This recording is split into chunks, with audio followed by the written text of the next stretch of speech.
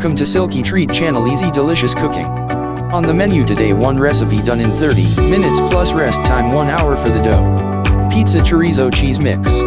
Ingredients: 500 grams of bread flour or all-purpose flour, 300 milliliters of water, a coffee spoon of salt, 12 grams of yeast powder, olive oil, chorizo slices, tomato sauce, grated cheese of your choice.